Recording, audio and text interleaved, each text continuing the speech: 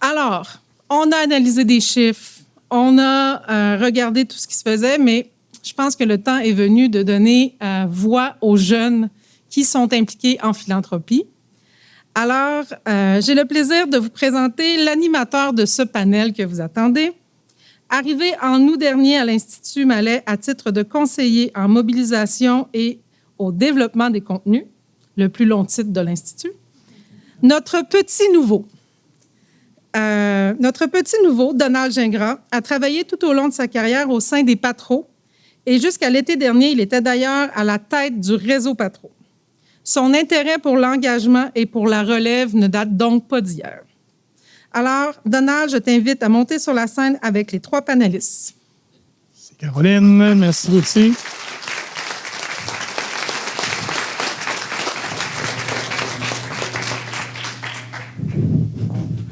Enfin, nous voilà.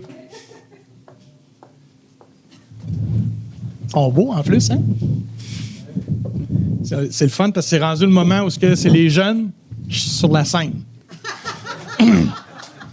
Alors, écoutez, je vais vous présenter nos panélistes. On vient de faire la tournée des données. On s'est beaucoup amusé à regarder ces données-là.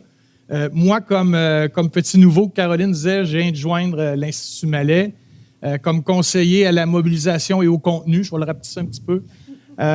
C'est vraiment le fun comme première activité, comme conseiller à la mobilisation, de voir plein de monde comme ça. Puis au contenu, d'avoir le contenu mon contenu préféré, celle des jeunes dans l'écosystème philanthropique. Donc, je suis vraiment, vraiment content d'être là. Il y avait beaucoup de sujets qu'on aurait pu traiter. L'Institut a choisi, justement, Caro en a parlé tantôt, parmi les sujets qui ont été validés par les gens de l'écosystème, celui des jeunes et de l'implication, de l'engagement des jeunes a ressorti. Donc, on est heureux de vous présenter ça. Puis, on a des gens avec nous. On a décidé, au début, c'était supposé on s'était dit, ça va être juste des jeunes. L'animateur, ça va être un jeune. Elle n'a pas pu. Et après ça, on s'est dit, non, je pense que j'ai accepté, parce qu'au début, je me disais, non, il faut que ce soit des jeunes. Après ça, j'ai accepté parce que une bonne partie de ma carrière, quand je disais qu'il faut faire de la place aux jeunes, et pas nécessairement leur laisser la place, mais de faire de la place, parce que je crois à cet échange entre les générations. Puis là, ce soir, on va vivre ça. Ça va être un vieux, 3 jeunes qui vont échanger là-dessus. Mais c'est eux qui ont les réponses. Je n'ai que des questions. Alors, je vous présente Aurélie Bédard-Rousseau. Aurélie est la directrice générale des Jeunes Philanthropes du Québec. On peut l'applaudir. Allô à tous. L'homme de la situation. Charles-Antoine Choquette, qui est vice-président directeur général du groupe Le Massif. Gaël, c'est là que... Gaël Thomas Laroupe.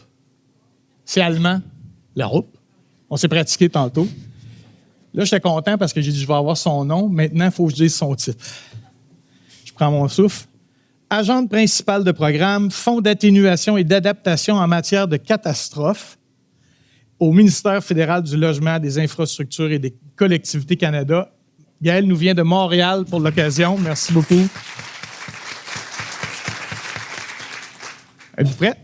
Oui, on commence. Est-ce que tous vos micros fonctionnent, Jean? Est-ce que vous m'entendez? Non. Oh. Est-ce que vous m'entendez? Un peu, si je... OK, allô? Là, il est ouvert. Allô, allô? Ah, voilà. Ah. Est-ce que moi, on m'entend? Oui. Alors, en 90 secondes, vous présentez en quoi consiste votre engagement philanthropique. Qu'est-ce que vous faites dans la vie? Comment ça, vous êtes là à soir avec nous? Puis, ça vous vient d'où, vous, votre appétit pour la philanthropie? Tu commences? Je vais briser la glace. Ah oui, non, Charles-Antoine. Allô, Charles-Antoine Choquette. De où vient mon appétit? Je pense que j'ai été privilégié toute ma vie depuis que je suis jeune. La philanthropie fait partie de ma famille, donc c'est mes parents qui me l'ont inculqué. me l'ont obligé et m'ont fait apprécier l'élément de la philanthropie sous toutes ses formes. Commencer par donner du temps avant de donner de l'argent et puis après s'y impliquer en termes de gouvernance par moment dans certaines organisations et en termes de temps. Je ne tirerai pas trop là-dessus parce qu'on va avoir beaucoup d'autres choses à dire, mais ça fait le tour un peu. C'est principalement familial. Pour ma part, en fait, je représente les jeunes philanthropes comme mentionné. Donc, mon implication philanthropique pour l'instant est avec les jeunes philanthropes. Pour ceux qui ne connaissent pas, c'est une organisation sans but lucratif qui a pour but de démocratiser la philanthropie, la rendre plus accessible justement aux jeunes. Donc, les résultats du sondage sont super intéressants pour nous. Donc, je suis là pour représenter, comme les autres, la voix des jeunes. Puis, personnellement, moi, mon implication philanthropique remonte à plusieurs années. Je suis plus du côté don de temps, don de bénévolat, moins du côté monétaire, mais j'aime redonner de mon temps et de mon expertise aux organisations qui sont proches de moi. Merci. Gaëlle? Bonsoir à tous. Bien heureuse d'être parmi vous ce soir. Donc, pour ma part, mon appétit, je vais vous raconter une courte histoire en quelques secondes. Quand j'étais petite, j'habitais en Amérique latine, en Uruguay plus spécifiquement, puis mes parents travaillaient en coopération internationale à l'époque et ils se rendaient régulièrement sur le terrain. Et dans ce cadre-là, des fois, ils m'emmenaient avec eux. Et on apportait toujours des dons, objets, vêtements, etc., comme on donne à notre famille, à nos cousins, on se passe des choses dans la famille, bref. Puis mes parents préparaient toujours ces sacs-là. Puis un jour, dans cette préparation-là, j'avais à peu près 5-6 ans. Puis dans mon sac que j'avais mis pour les enfants, qui étaient d'ailleurs devenus mes amis, j'avais mis une nouvelle robe que je venais de recevoir. Puis ma mère m'avait dit, mais voyons, Gaëlle, tu ne peux pas donner cette robe, elle est nouvelle, tu ne l'as jamais portée. Puis je pense que c'est là que j'ai eu le déclic, qu'on n'a pas tous les mêmes chances, puis que c'est vraiment important de donner au suivant. Ça me rend encore émue d'en parler, mais je pense que c'est important de donner, puis de se rendre compte, en fait, de l'impact qu'on peut avoir. Donc, aujourd'hui, mon impact est plus un don de temps aussi et d'expertise. Je suis sur le conseil d'administration du Centre d'action bénévole de Montréal depuis 4 ans et demi et je siège comme vice-présidente. Voilà. Bravo. On a 3 personnes différentes, 3 parcours complètement différents. On tient à dire que vous faites tous partie du groupe d'âge. Hein? Ils ont plus que 18. Ils ont moins que 40. On est dans le groupe. On va explorer avec eux les 5 thèmes qu'on a vus. On va faire le tour des 5 thèmes rapidement. Clarifier la philanthropie, hein? Comment on peut remplacer le mot, comment on peut en parler différemment, comment on peut rapprocher ça de vos valeurs, comment valoriser les gestes de votre implication, comment mieux la transmettre, puis comment prouver qu'elle est à portée de tout le monde. Ça va être comme ça. Première question que j'ai à vous poser, c'est quoi vos premières réactions par rapport au sondage? Est-ce qu'il y a quelque chose qui vous a surpris, qui vous a interpellé dans le sondage? Vous êtes chanceux, là, ils ont eu les chiffres avant vous autres quand même. On était bien préparés. Comment vous avez... Pour ma part, en fait, ça a été en premier temps une réaction suite au mot philanthropie, que dans mon travail, on utilise beaucoup puis qu'on fait mention aux jeunes et c'est vraiment le résultat correspond avec ce que je constate en fait dans notre communauté exactement là. Fait que sur ça, j'étais pas surprise parce que je me rendais déjà compte moi-même avant de travailler pour les jeunes philanthropes, je me posais un peu la question qu'est-ce qui était la philanthropie. J'ai dû lire plusieurs fois la définition puis essayer de bien le verbaliser dans mes mots pour être capable de le comprendre et de maintenant le verbaliser et mieux l'expliquer. Fait que je trouve que ça fait c'est un chiffre qui parle de soi puis qu'il faut qu'on apprenne à en parler différemment ou justement à éduquer les jeunes sur ce sujet-là. Okay. Soit d'en parler différemment ou faire l'éducation. Oui, bon? Exactement. Merci. Charles, Gaëlle? Je peux poursuivre. On dit que 46 % des jeunes ne savent pas c'est quoi la philanthropie. Toutefois, 86 % d'entre eux ont posé un geste philanthropique. Donc, selon moi, c'est rassurant. On part sur une bonne base, c'est rassurant. Et un autre élément qui m'a semblé, qui m'a surpris, moi, c'est qu'on a vu les premières causes mobilisatrices, les enfants, la santé mentale. Par contre, l'environnement arrivait en dernière place du sondage. Donc, sur 8, dernière place du sondage, l'environnement. Pourquoi? on peut se questionner ensemble. Post-pandémie, est-ce que c'est quelque chose qui rassemble moins? Bref, voilà. Surprenant. J'ai été surpris, moi aussi, Oui. de ça. Charles-Antoine? J'ai adoré lire le sondage en soi, les résultats du sondage. Moi, j'ai plusieurs éléments. Il a fallu que j'en choisisse certains éléments. Et le premier, c'est que la valeur la plus importante pour les jeunes, c'est le respect. Dans l'ère des médias sociaux, dans l'ère vous avez probablement tous côtoyé des jeunes, le temps est moins respecté, on arrive moins à l'heure. Je trouve qu'il manque un peu de respect, puis pourtant, c'est celle qui semble sortir de façon très importante dans les valeurs qu'ils ont. L'autre élément que j'ai, c'est 53% des gens qui ont répondu au sondage ont entendu parler de la philanthropie pour la première fois à l'école. Mais l'autre élément qui n'était pas dans la même page, qui a été mentionné, c'est que 85% des jeunes affirment que la personne qui leur a appris l'importance de faire un don, c'est leurs parents. Faire un petit peu, on en parlera, des étudiants, l'école et les parents. Puis le dernier, c'est les barrières. Les barrières, pour moi, ça, c'est une affaire qui, en faisant de la sollicitation, ça arrive souvent. On ne gagne pas assez pour donner. Ce que je vais faire rapportera pas assez. Les problèmes sont trop grands et il n'y a plus rien à faire. Ça, c'est quelque chose qui m'interpelle beaucoup. Donc, on en parlera un peu plus tard, mais ça, c'est les éléments que j'ai soutirés qui m'ont le plus percuté et touché. Merci. On commence on se lance tout de suite dans la première question. Là, on parlait, tantôt, on a parlé le mot philanthropie qui est nébuleux, puis j'ai fait le même constat. Moi, je suis content de savoir que les jeunes ne se considèrent pas philanthropes, mais au moins, ils en font. Puis je dis les jeunes, mais c'est l'ensemble de la population et souvent ne se considèrent pas, mais ils font de la philanthropie. On s'entend aussi, je le répète, le don, la définition du don qu'on a pris dans les questions, c'était vraiment les 4 axes qu'on véhicule, le don en argent, en biens, en temps, en expertise. Fait que ça aussi, on le rappelle là-dessus. Fait que selon vous, c'est quoi qui rend la philanthropie loin ou proche des jeunes? Bien, en fait, premièrement, moi, je dirais avec qu'est-ce qui la rend plus loin. Je pense que qu'est-ce qui rend la philanthropie loin des gens, c'est une philanthropie qui n'est pas nécessairement accessible, une philanthropie qui n'est pas concrète.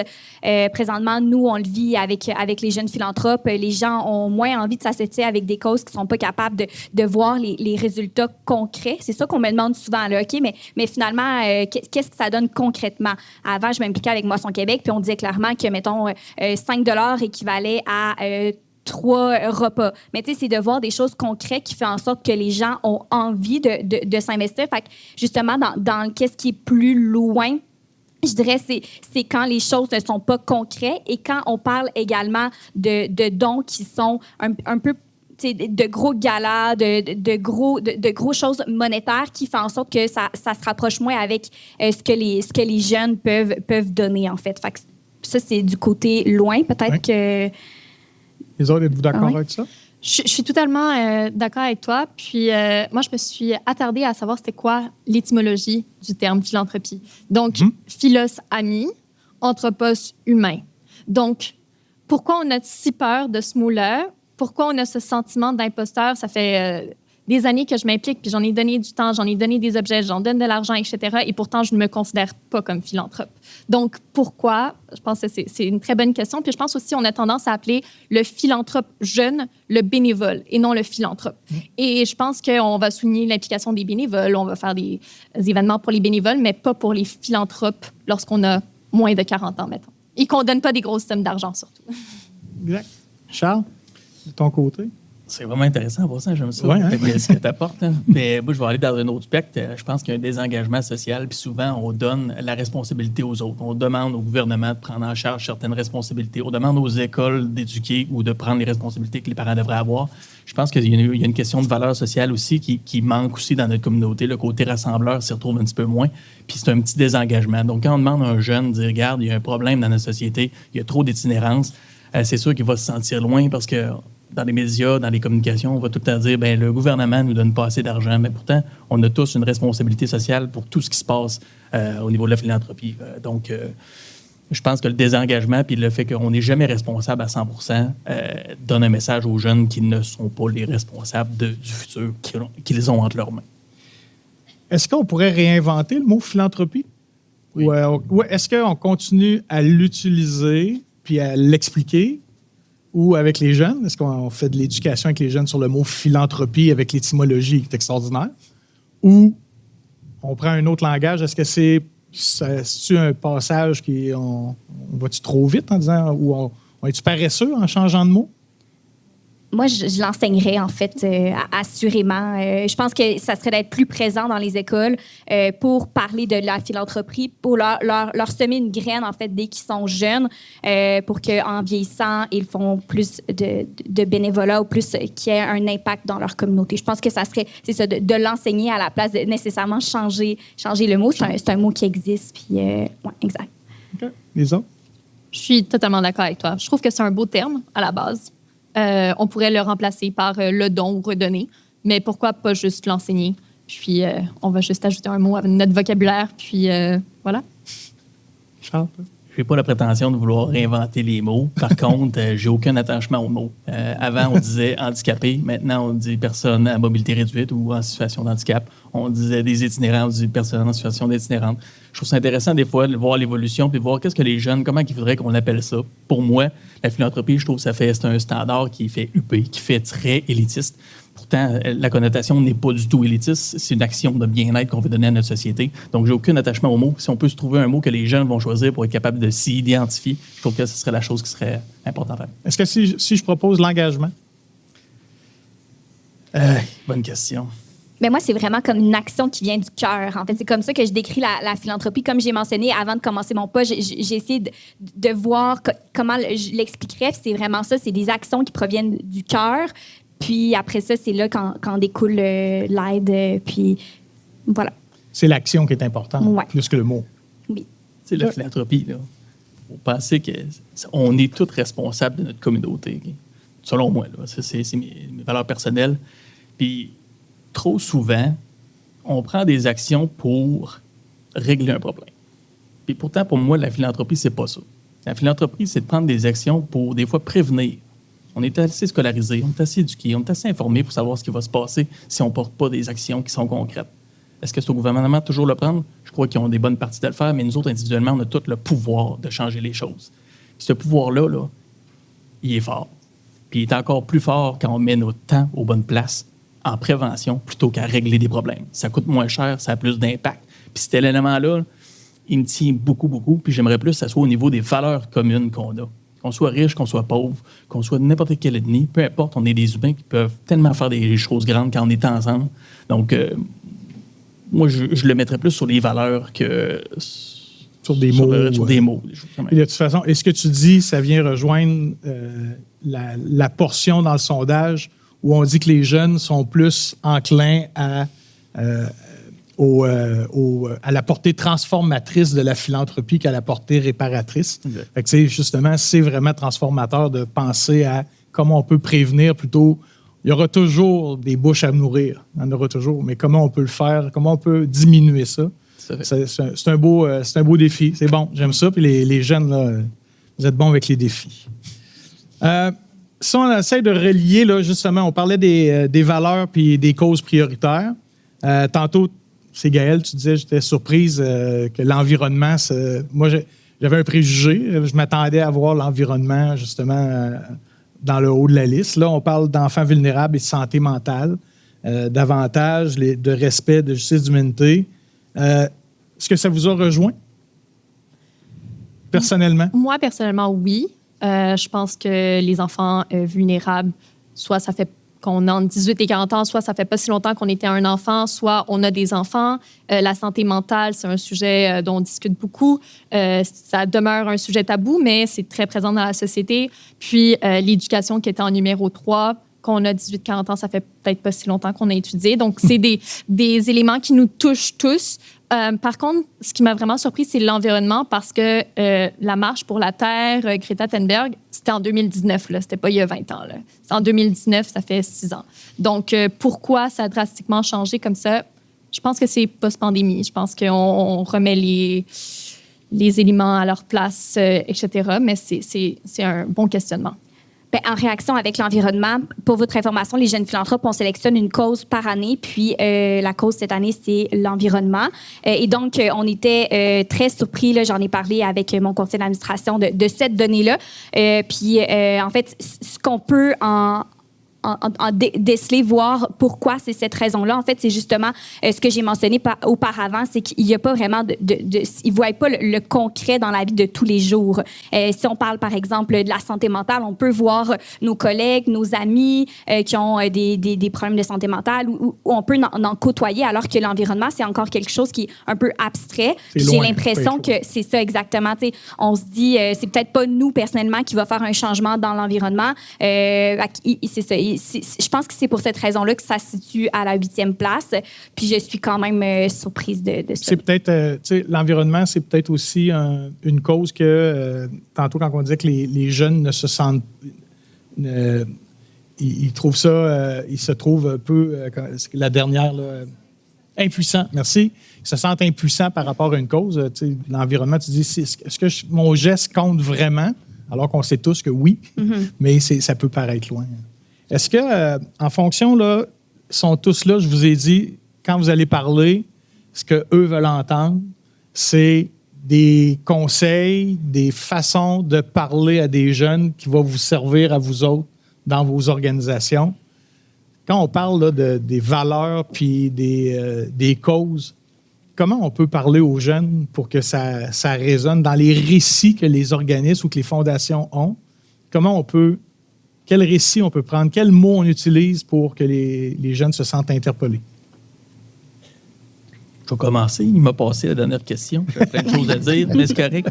Tu le sais. On s'en est parlé. Tu y vas quand tu veux. Je sais que tu vas y aller. Non. Mais moi, la chose que je dirais, c'est débuter tôt pour prévenir plutôt que guérir. Ça, c'est la chose la plus importante selon moi. Puis commencer par des petits gestes le plus tôt possible, ça va générer des grandes choses.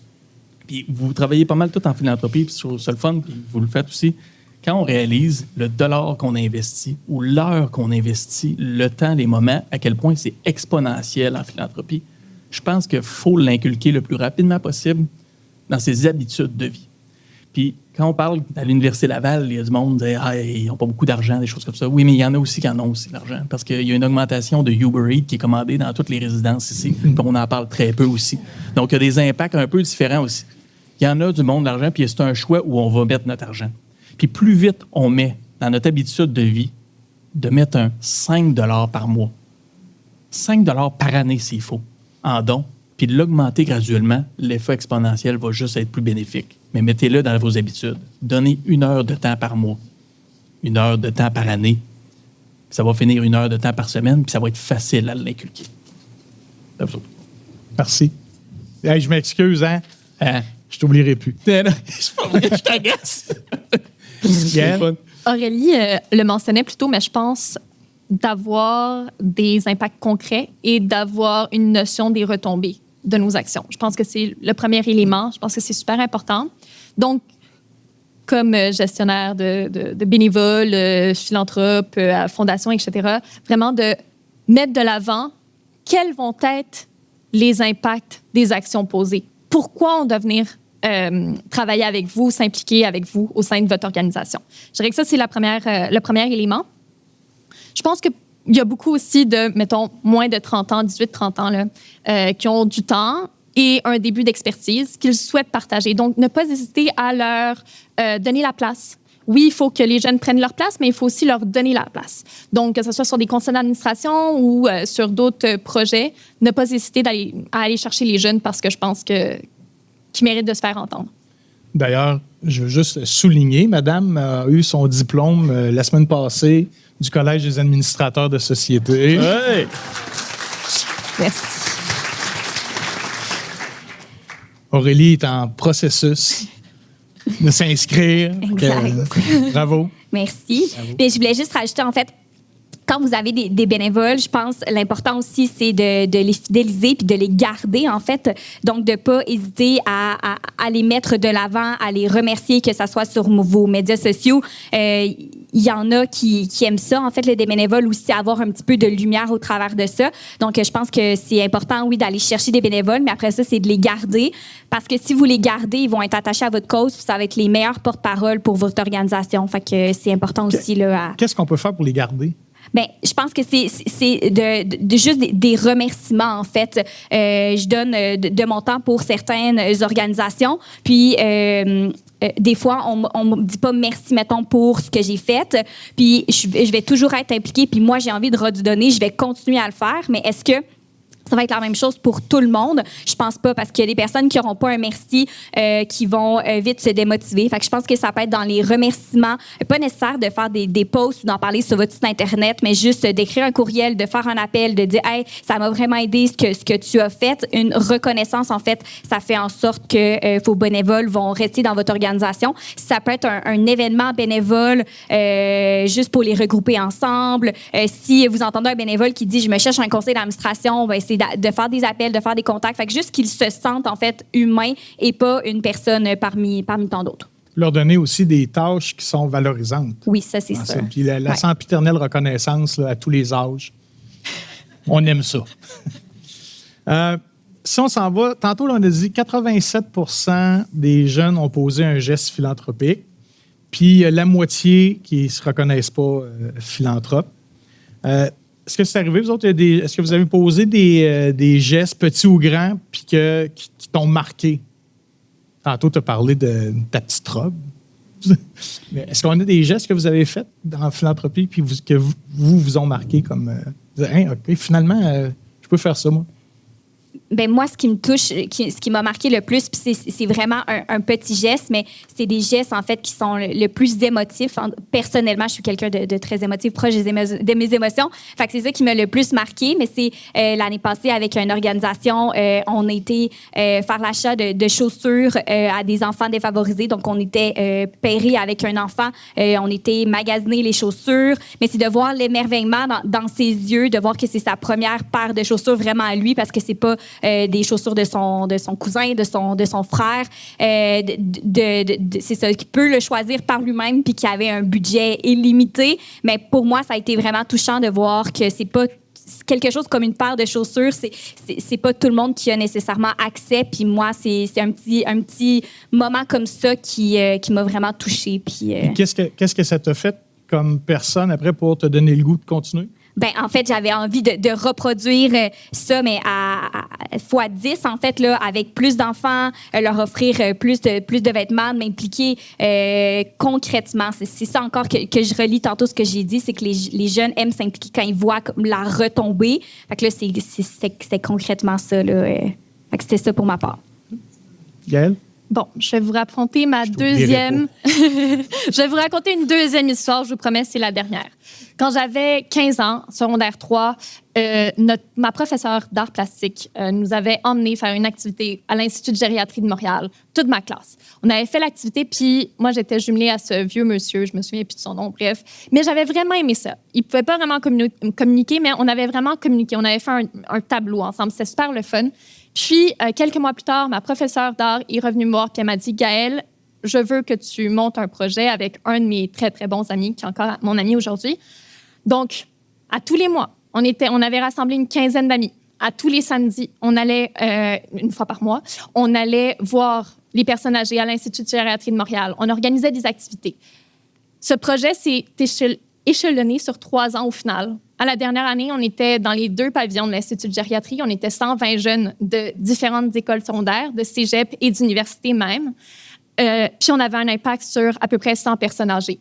Les retombées au sein de l'Institut étaient notables. Puis même au sein de ces jeunes qui, aujourd'hui, il y en a plein, ils sont médecins, infirmiers, etc., etc. Donc, c'est vraiment des actions concrètes qu'on peut faire. On n'a pas besoin d'avoir beaucoup d'argent, on n'a pas besoin d'avoir beaucoup d'expérience ou quoi que ce soit. Je pense qu'il n'y a pas d'âge pour vraiment s'impliquer puis redonner à la communauté. Donc, je dirais que c'est l'action vraiment...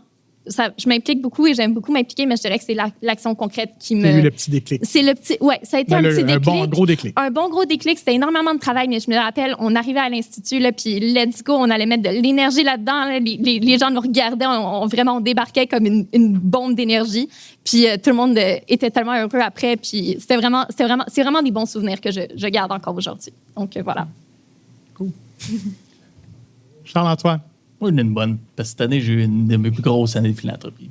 Puis j'ai vécu une expérience extraordinaire que je veux vous partager aujourd'hui parce que ça prouve, je suis impliqué dans Centraide, en passant pour ceux qui ne le savent pas, je suis co-porte-parole des dons majeurs.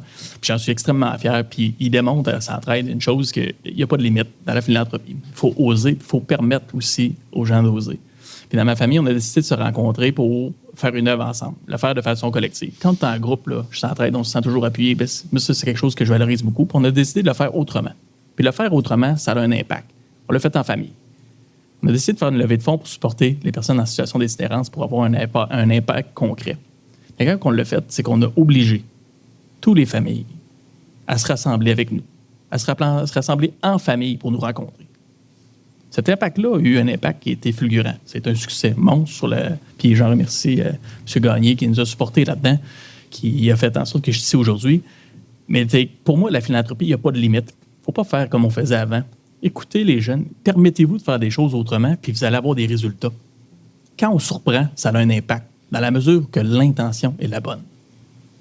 Puis ça, là, c'est un moment familial qu'on a eu qui ne s'achète pas, qui n'a pas de prix, et ça nous a permis de faire des discussions, d'engager des discussions avec d'autres familles, des enfants et des parents qui n'avaient jamais parlé de philanthropie de leur vie. Des grands-parents, la même chose. Est-ce que tu dirais que la présence des enfants aux discussions que vous avez eues a eu un impact? La présence des jeunes, je veux dire des jeunes, il va y avoir des enfants, mais aussi des jeunes, a eu un impact plus grand au projet? Beaucoup, puis à plusieurs moments. J'aurais beaucoup d'histoires, en fait, par rapport à ça, mais ceux qui m'ont le plus marqué, c'est quand les parents ou les grands-parents ont demandé qu'on fasse la présentation sans aucun autre adulte pour présenter aux enfants ou aux petits-enfants notre projet, et c'est eux qui allaient être décisionnels de donner ou pas. Et cet impact-là a été bon. Donc, on a dû faire et refaire à plusieurs reprises la même présentation. Mais on a dû s'intéresser à ces jeunes-là pour savoir comment on va faire pour les convaincre d'investir dans notre communauté. Puis de prendre une partie de leur héritage, puis de le donner dans la communauté. Faire un investissement social. C'est un don familial à ce moment-là. Exact. Tous les dons, c'est des dons familiales. Il faut que tout le monde soit impliqué. Puis cette manière-là a permis d'avoir une discussion plus que juste le don. Donner une raison d'être. Souvent, on oublie d'expliquer. On prend pour acquis que tout le monde sait tout. Hey, on va aider, on va faire ci. Quand on fait je t'en parlais tantôt, quand on a un bénévole, ce qui sait vraiment c'est quoi l'impact qu'il fait dans la communauté. Quand on y explique, puis on réexplique la valeur de l'impact de ce qu'il fait, la portée est encore plus grande.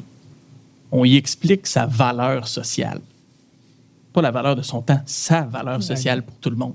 Puis cette communication-là, pour moi, est vraiment importante. Puis c'est ce qui m'a le plus marqué dans la dernière année. Fait que, bravo aussi à toi et ta famille. Tu veux peut-être partager comment s'appelle le projet?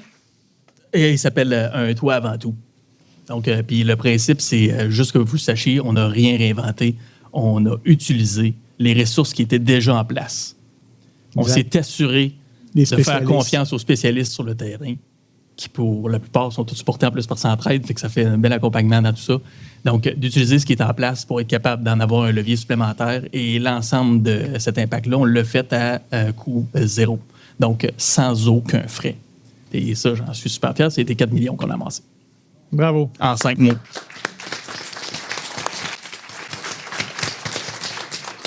Là, je sens qu'il y a des gens qui vont... Le cocktail s'en vient. Okay? C'est à la fin de journée, là, puis le cocktail s'en vient. Mais il faut qu'on parle de l'école. Hein? Tantôt, ça l'a applaudi, hein, quand on a parlé de l'école. Le sondage a démontré que 86 % souhaiteraient que la philanthropie soit enseignée à l'école. 80 % des jeunes qui disent que l'engagement social, la philanthropie dès l'école, ça permet ça.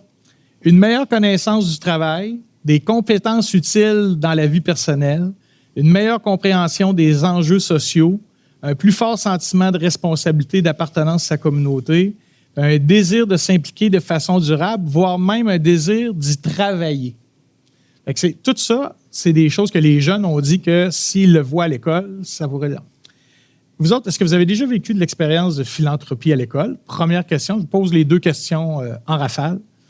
Avez-vous déjà vécu de l'expérience en philanthropie? Puis, selon votre expérience, qu'est-ce que l'école pourrait faire pour mieux faire connaître la philanthropie puis donner le goût de s'engager?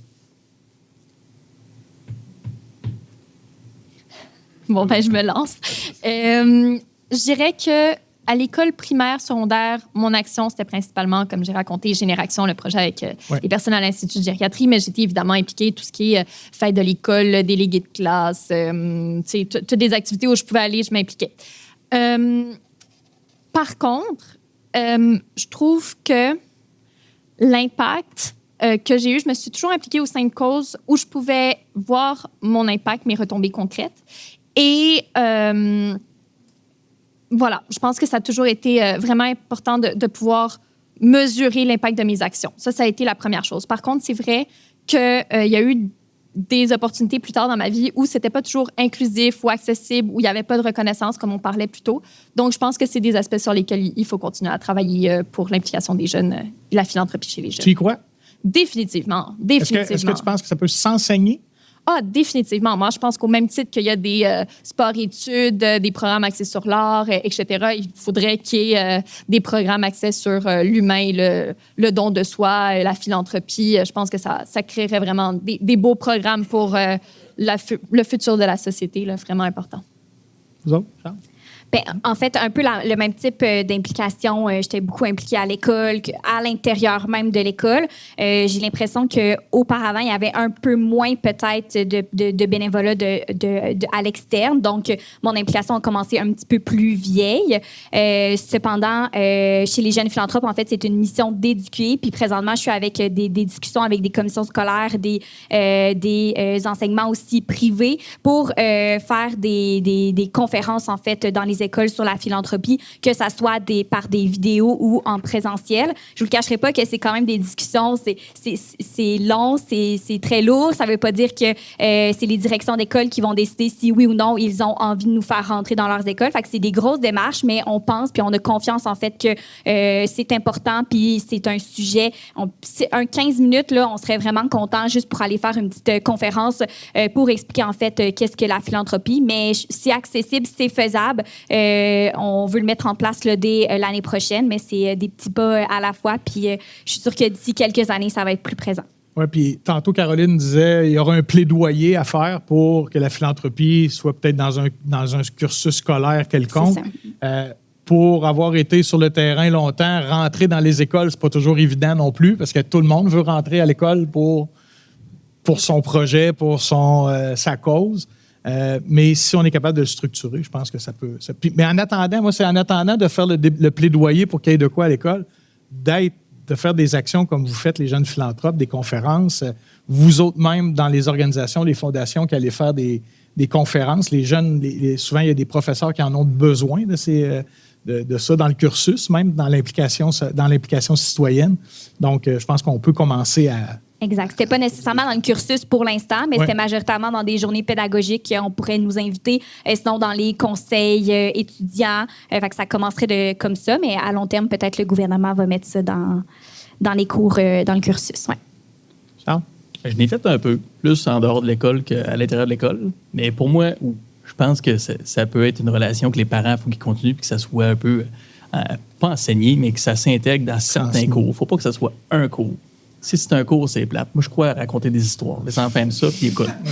Ça marche, raconter une histoire. Mais si on est capable de raconter une partie de l'histoire de c'est quoi l'impact de ce qu'on est dans notre économie, dans le cours d'économie, c'est quoi l'impact au niveau social dans tous les différents cours, là, ça a changé avant. Ouais. Dans ma tête, les catéchèses. Regarde plus par là que par moi. Parce que... En tout cas, mais je ne sais pas si vous avez vécu les mêmes cours que moi. On doit avoir une petite différence d'âge quand même. Même je n'ai pas encore 40 ans, mais les cours ont changé. Je regarde mes enfants, ça a changé un peu, mais je pense que ça s'intègre dans plusieurs facettes. C'était en catéchèse. En catéchèse. C'est en catéchèse. Mais ça s'introduit très bien dans plusieurs cours parce que pour moi, la philanthropie, ça a plein de facettes. Ça n'en a pas juste une. C'est pas juste une économique, c'est plein de choses. Il faut toujours que ça allie la théorie à la pratique. Puis quelle bonne chose si on est capable d'impliquer les parents dans les écoles à faire une action philanthropique parce qu'il n'y a rien de plus fort que prêcher par l'action. L'action porte pas mal plus, selon moi, que juste l'enseigner. On s'en va à la fin. Oui. On s'en va à la fin. Vous avez entendu les résultats du sondage. Caroline a fait le regard de l'Institut Malais. Vous avez participé à ce panel-là. Il y a des gens qui sont là, qui viennent de faire une journée complète là, à se faire parler de bonheur, d'humanité, des jeunes en philanthropie. Ça devrait être quoi l'action prioritaire que le milieu philanthropique, pour te donner tout de suite au sondage qu'on vient de voir? Qu'est-ce que vous leur envoyez faire quoi, eux autres? Bien, personnellement, je crois qu'on met beaucoup l'accent sur les personnes âgées qui sont impliquées et c'est vraiment génial. Je trouve que c'est une belle deuxième vie de commencer à s'impliquer, à redonner. Mais souvent, on va se dire, le bénévolat, mettons, le don de soi, le don d'expertise, ça va être sur les heures de travail. Est-ce que tous les jeunes 18-40 ans peuvent prendre une journée de congé pour aller faire du bénévolat ou redonner ou s'impliquer? Peut-être pas. Donc, aller chercher les jeunes, ouvrir des périodes après les heures d'études, après les heures de travail, les week-ends, ne pas hésiter vraiment à s'impliquer. On parle de l'école primaire, secondaire, mais cégep, université, c'est tout aussi important. Ce n'est pas parce qu'on ne s'est pas impliqué au primaire, secondaire qu'on ne peut pas s'impliquer justement à l'université.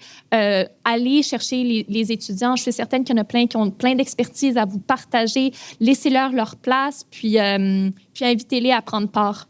Donc, c'est vraiment ce que je dirais. Beau mandat. De mon côté, ça ressemble beaucoup, en fait, c'est de faire confiance puis de laisser la place aux jeunes. Des fois, il y en a qui ont pas nécessairement d'expérience, par exemple, sur des conseils d'administration. Je pense que c'est de leur laisser la place, de leur faire confiance. Puis après ça, c'est là que vous allez en attirer davantage. Faire confiance, c'est important. Mm-hmm. Se trouver la façon de faire confiance, puis pour que les jeunes se fassent confiance eux-mêmes aussi dans tout ça. Charles? L'engagement, c'est quelque chose qui est difficile pour un jeune. Puis c'est de montrer qu'il peut avoir des limites. Tu n'es pas obligé de t'engager toutes les semaines. Tu peux te donner tes propres limites. Je pense que c'est la première chose que je voudrais faire. Ça va leur donner plus confiance à votre organisme. Mettez les limites. Puis l'autre chose, c'est qu'il y a tellement de monde qui s'engage. Le mentorat a une valeur inestimable. Puis, c'est pas nécessairement juste les parents qui peuvent le faire. Si vous êtes un grand-parent, amenez vos petits-enfants faire une action sociale. Ça peut avoir un bienfait pour divertir le grand-parent. C'est ça de même. Puis, un break aux parents, en plus d'avoir une belle cause sociale. Mais ça reste que ces éléments-là du mentorat, de montrer par l'exemple, je répète ça, ça paye dans la société. Ça montre que c'est correct de le faire. Ça donne une acceptation à tout ça. Fait que laissez le temps qu'ils ont besoin. Donnez-leur le temps de se divertir parce qu'il faut qu'ils s'amusent là-dedans. Puis, ceux qui ont l'expérience là-dedans, montrez l'exemple. C'est fort.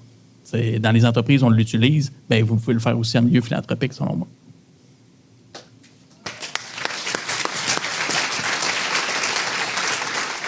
On prendrait 3-4 minutes s'il y en a qui ont le goût. Est-ce qu'il y a des gens qui auraient des questions pour les panélistes? Oh, on aime ça. On aime ça, on aime ça. Ma question pour toi, en fait, Charles-Antoine, tu as parlé de saisir les opportunités, de même être surprenant. Fait que je vais poser la question que tout le monde se demande en ce moment. T'accepterais-tu d'être sur le comité de financement du Centre de pédiatrie sociale de Québec? OK, là, c'est... Non, mais je vais le faire parce que... Moi, je pense que c'est capable de te sortir de voir ça. le monde de Centraide. Je dis très, très, très rarement non. Puis vous pouvez, M. Gagné, dire je refuse rarement. Tu peux arrêter ici, merci. La seule chose que je vais dire... Non, je n'ai pas fini. Non, il va l'expliquer. Je ne prends pas plus que 2 causes par année. Parce que j'ai un temps limité, j'ai 3 enfants, j'ai une femme, j'ai plusieurs emplois en soi, en même temps, plusieurs projets. Puis je veux tous les faire, puis j'essaie de les faire le mieux que je peux. Et pour les 2 prochaines années, j'ai déjà des engagements. Toutefois, je suis prêt à vous laisser mes coordonnées pour éventuellement voir si on peut pas faire quelque chose. Ça me ferait plaisir de m'impliquer.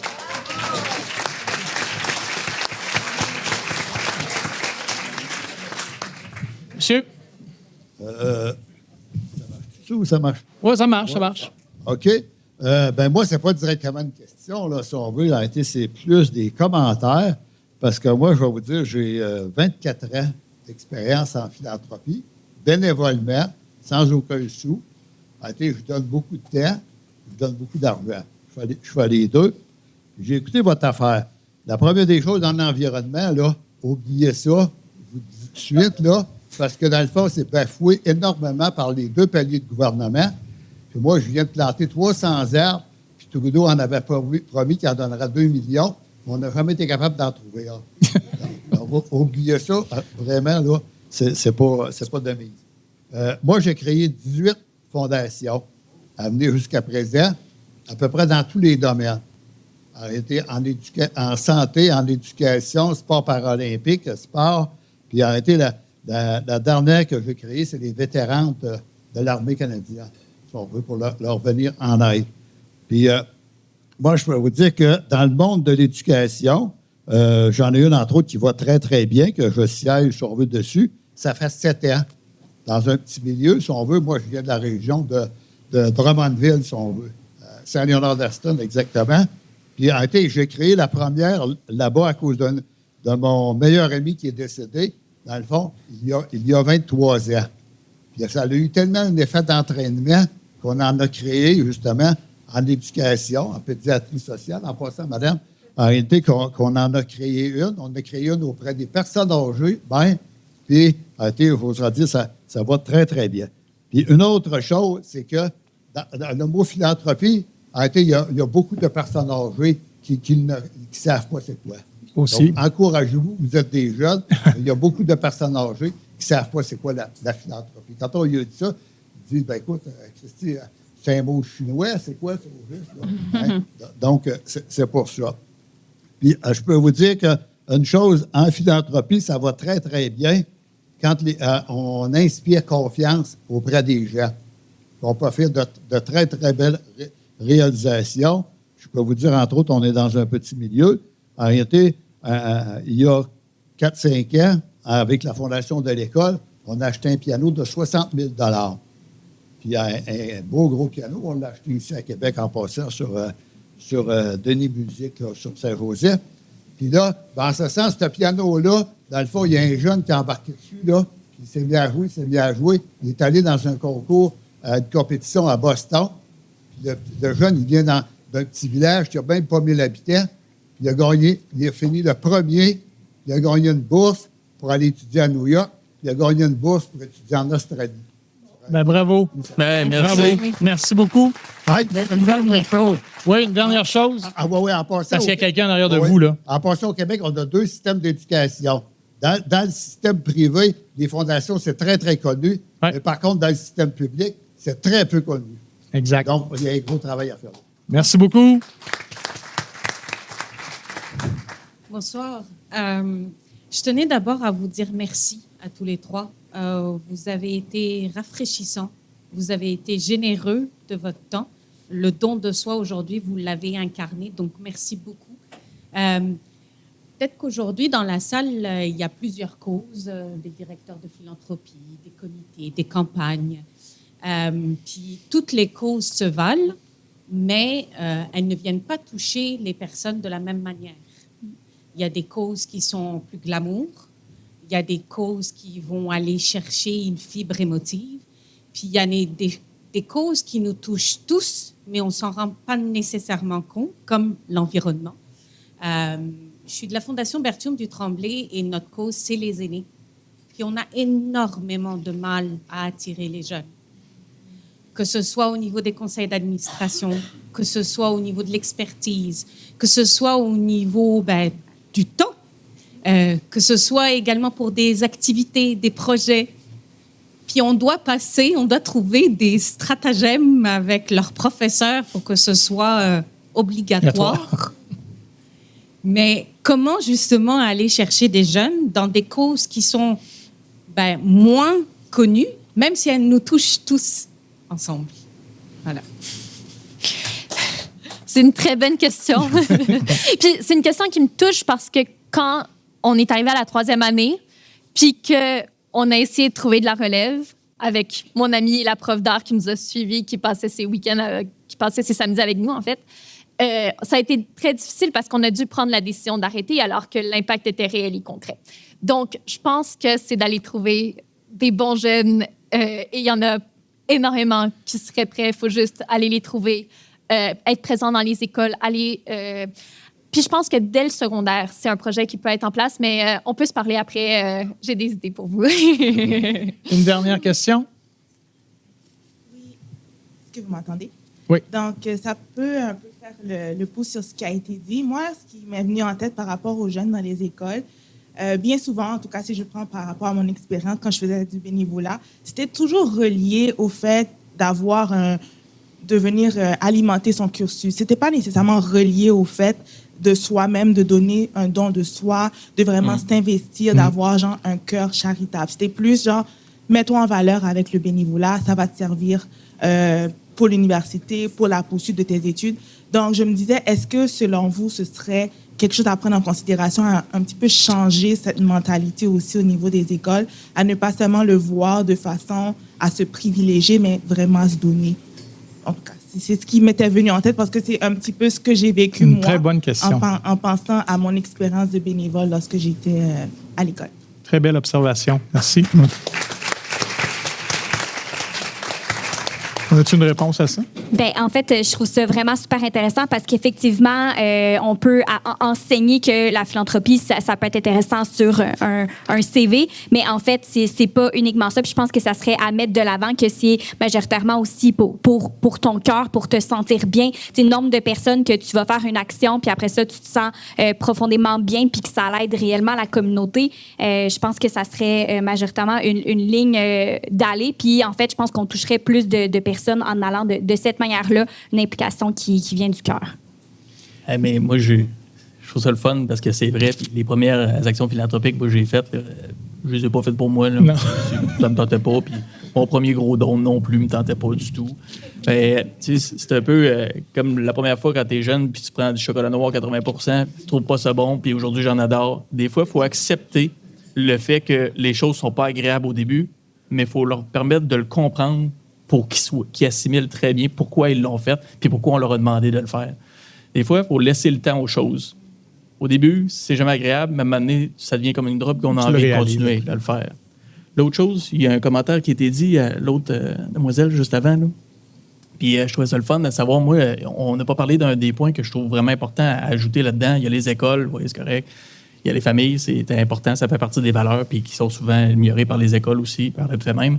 Mais les entreprises ont un rôle important à jouer. Puis moi, je vais vous dire, essayez d'approcher des entreprises qui ont des valeurs profondes, qui respectent les vôtres aussi, puis qui respectent le reste de la société.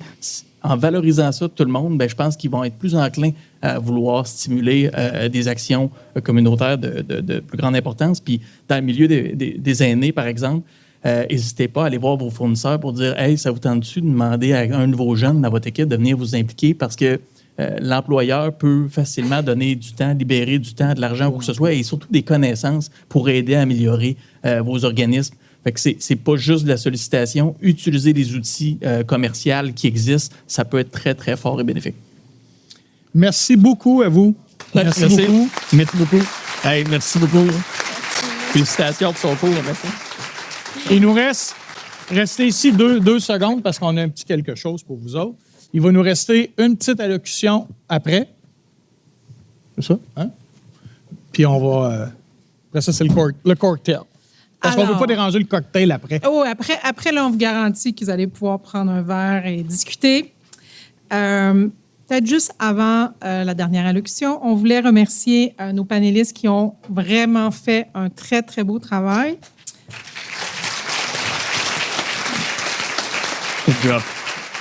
Alors, aujourd'hui, on remet quelque chose de particulier, de singulier, quelque chose qui a été fait spécialement pour vous par les artisans de l'Oral et Merveille. Nice. Alors, de la relève que parfois on oublie, mais qui sont là. Alors, spécialement, les artistes du lundi vous ont fait des œuvres d'art spécialement pour vous. Et je sais... C'est nos voisins de bureau, en plus. C'est nos voisins de bureau. J'ai eu la chance de m'entretenir avec Sandra dans le cadre de nos capsules en mouvement. Et on a trouvé collectivement, c'est une idée de notre équipe. Est-ce que vous connaissez l'artiste? C'est un travail d'équipe. C'est 7 artisans qui ont travaillé. Vous les voyez au travail pendant qu'ils ont fait vos œuvres. Le responsable de ça, est-ce que je peux lui redonner pour que chacun signe son nom? Si je veux l'exposer dans mon bureau, je pense que ça vaudrait la peine que les artistes viennent signer dessus. Ça te va? Bon. Merci. Bon, un autre, mais ça nous tentait là, évidemment là, de pouvoir mettre ça en lumière. Merci. Chers panélistes. Merci.